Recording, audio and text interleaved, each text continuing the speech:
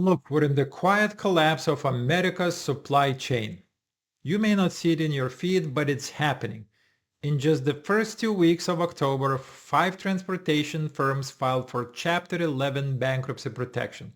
This is not a coincidence. It's a signal. The wheels are coming off. And if you think this is only matters to logistics nerds, think again. When trucks, rails, and carriers start dying, your groceries, your gas, your devices, your jobs, everything trembles. So today we ask, what's going on in transportation bankruptcies right now? And more importantly, who's gonna pay for it? Buckle up. 5 in 2 weeks sounds shocking, but it fits a pattern. In Q3 alone, 21 freight carriers filed for Chapter 11. That comes on the heels of 20 in Q2. October's spike is not the start. It's the continuation of freight industry bloodbath.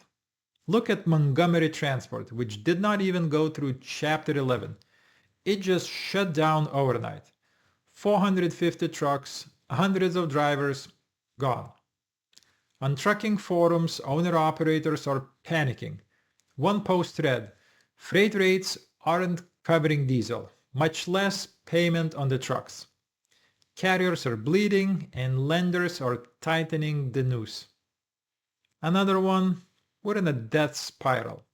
No one's willing to loan because the whole sector smells of default. Is this just cyclical? A recession? Partly.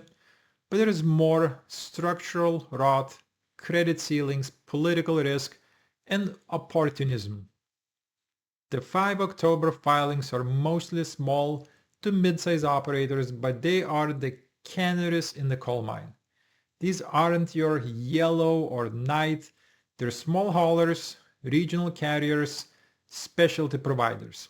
But their failures ripple upward. Each filing is a stress point.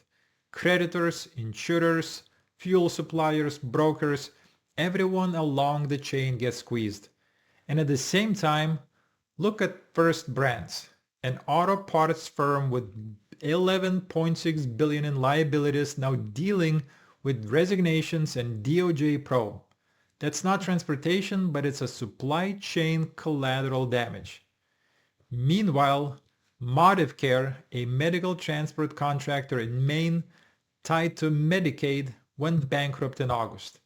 Now imagine that happening in every state where governments outsource basic transit and health services. These are not isolated failures. They're parts of the same systematic rot. Let's break down what's driving this collapse. Some of these are obvious. Many are not. Freight rates have collapsed while costs have exploded. Carriers are stuck between rising fuel, tires, labor, insurance, and shrinking margins. Lending is tightening. Many small carriers are maxed out, and banks are pulling back. Overcapacity is crushing everyone. Companies overexpanded during the boom, and now there are too many trucks chasing too little demand. Brokers and shippers are slow paying, sometimes outright breaking contracts, killing liquidity for small firms. States award contracts to shaky firms without oversight. Political risk, tariffs, inflation, and global instability all make logistics a gamble. Here's where it gets controversial. Bankruptcy becomes a tool, not a failure. When small players fold, big players with better access to credit scoop up assets, routes, contracts, and workforce.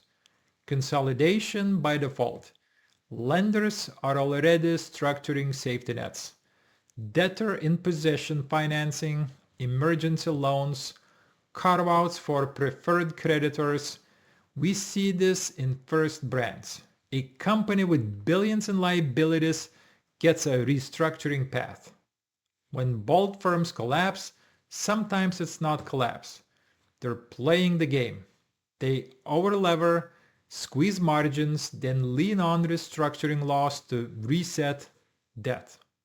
Meanwhile, creditors, states, subcontractors, and vulnerable smaller firms are caught in chaos. Bankruptcy is not just a lifeline. It's a competitive weapon. And the biggest question is, who's left standing when the smoke clears? Let's not stop at theory. One trucking bankruptcy directly cost 8,000 jobs. 600 active drivers lost routes, stability, pay. One driver on Reddit wrote, "My carrier just filed. I don't have checks from last week cleared. I'm not sure how many more weeks I can hang on." Cities that rely on regional transit, logistics hubs, or warehouse zones feel tremors. Businesses downstream see slower deliveries, higher costs, canceled contracts. Even your online order from Amazon or your local grocer, the domino always leans back to the carrier that failed. If you think this is just market correction, think again. States are complicit. Take Maine's DHHS, handing tens of millions in contracts to Motive Care even as red flags flew. Nationally, many public transit systems rely on outsourcing firms with questionable finances, vulnerable to collapse. Procurement systems are weak. States, counties, cities seldom demand transparency or fail-safes. When the contractor folds, the public pays service interruptions, higher cost contracts, rehiring risk. This is cronyism in disguise. Private firms get taxpayer money with weak oversight, and when they fail, the state scrambles. In the next 6 to 12 months, we will see more Chapter 11 filings, a wave of consolidations, public outrage when transit or delivery fails, legal and political fights, contract audits, investigations, class actions. A possible freight rebound in 2026, but only for those who survive. But here's the battle line. Who pays for the reset? Do taxpayers foot the bill for shored up public contracts? Do banks absorb losses? Do small operators get squeezed out permanently? Does the public accept desolate rural delivery lines? This is a turning point. If you think this is just trucking, think again. This is systematic stress showing itself. Drop in the comment, what local delivery failures have you seen lately? Have your packages been late? Extra shipping charges?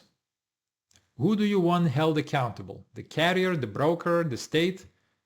If you want me to deep dive specific bankruptcies like Motive Care, First Brands, or regional carriers, tell me. We'll appeal who profited and who bled. Hit subscribe and share this if you believe people need to see that supply chains aren't just business stuff. They are our lifelines. In a world where supply chains are worshipped in press releases and donors get tax breaks, maybe we underestimate fragility. Those 5 filings in 2 weeks, that's not random. That's the alarm bell. This is the collapse of complacency. We'll see you next time. Bye-bye.